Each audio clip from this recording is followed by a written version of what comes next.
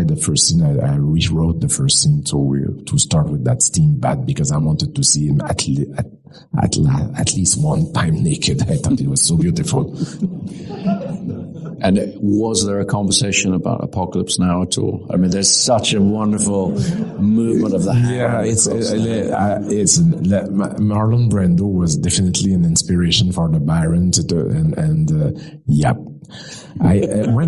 When we Greg Fraser and I were brainstorming about the film, we were it was like for us like a kind of love letter to the big screen experience, the theatrical experience. It was the book was calling for that, the landscape, and that it's a story of a boy that will slowly remove the burden of all his heritage and find comfort and make peace with a part of his identity as much as he's going deeper and deeper into a landscape. A bit like in some ways, and the character in Apocalypse Now, there was something like this idea of getting inside the landscape, and it becomes a more and more an introspective journey. Mm. I don't do that usually, but there's a lot of homage, little winks to movie I deeply love and our filmmaker I admire. So there's tons of references. It was just an act of pleasure, I would say. Well, geography is enormously important to the film. Where did you shoot the Caladan scenes? In Norway, yeah, on the west coast of Norway, where we found those cliffs that felt again like the description of the book.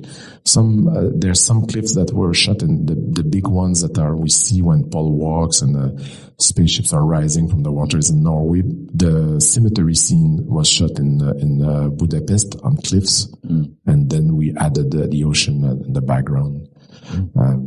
Again, Oscar Isaac. Yeah. Okay.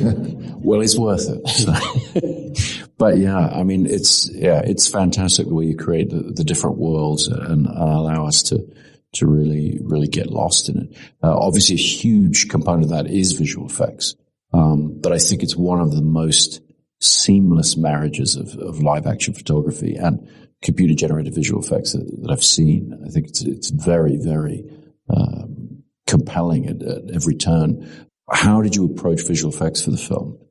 The thing is, as you do yourself, I think you shoot as much as possible on real location, and you try to bring I tried to avoid, there are some shots in the truth that are pure CGI, but I tried to avoid those as much as possible. The old movies, I mean, to shoot with real environments, with real plates as much as possible, using helicopters as proxies, the tricks that, and it's all about light at the end of the day. And I had a master class into, how to let a shot with, doing Blade Runner with, Roger Deakins, because Roger supervised with me all the VFX.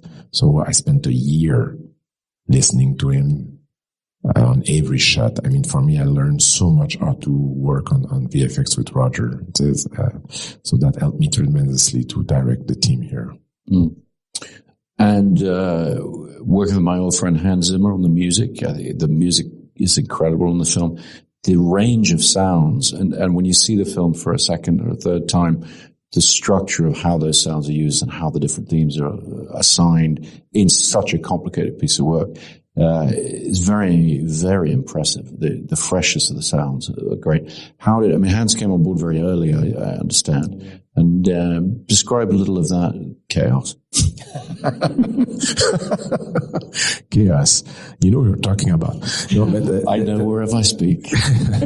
No, Hans, I think scoring that Hans had never, if I may, it's a story he tells a lot in public right now, that he had never even seen the previous incarnation of the because he wanted to stay a virgin. He said one day maybe I will have the chance to score an adaptation, and he wanted to, so he never heard anything that has been done before for other versions.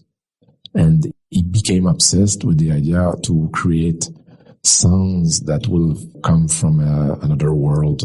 He created instruments spent months, if not a year, creating sounds and really creating instruments that will use wind. And he was obsessed with the idea of we both agreed that the score should enhance the idea of the feminine power of the book, the female qualities of the book. He brought this idea of the female voice and try to get out of this comfort zone. He was obsessed to trying to find new ways of using rhythms and using new instruments.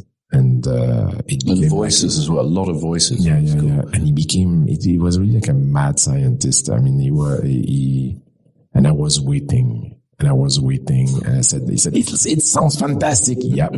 But he came but when suddenly he wrote that beautiful suite for, Paul, and, that was so moving. And, then it was an explosion of music and I think he's still scoring the movie right now. I'm not joking.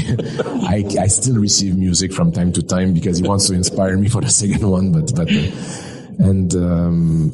the main thing with the music was the spirituality, the sacred quality of the music, that it felt like music to enhance the spirituality, the relationship with nature, that felt spiritual. So he worked, it was a very unique experience, working with Hans, honestly. It's for me, I mean, it was yeah. Well, and the attention that he always gives to the design, the sound design of the music and how that's going to interact with the sound effects. I think the mix is really extraordinary. It was Doug Hempel and Ron Bartlett. Yes, yeah. I had done Blade Runner with them and I had the best experience. And Hans wanted to flirt because of that idea of using new sound. He was flirting. He came very close to the border of sound design. He asked the permission to the boys, to Theo Green and Mark Mangini. He said, "Guys, I'm gonna get very close." But they worked together. I mean, it was really teamwork. There was no, because we didn't want to have a car crash into the mix room, the dub room, so it's not something that was improvised. There was like a lot of back and forth between both teams.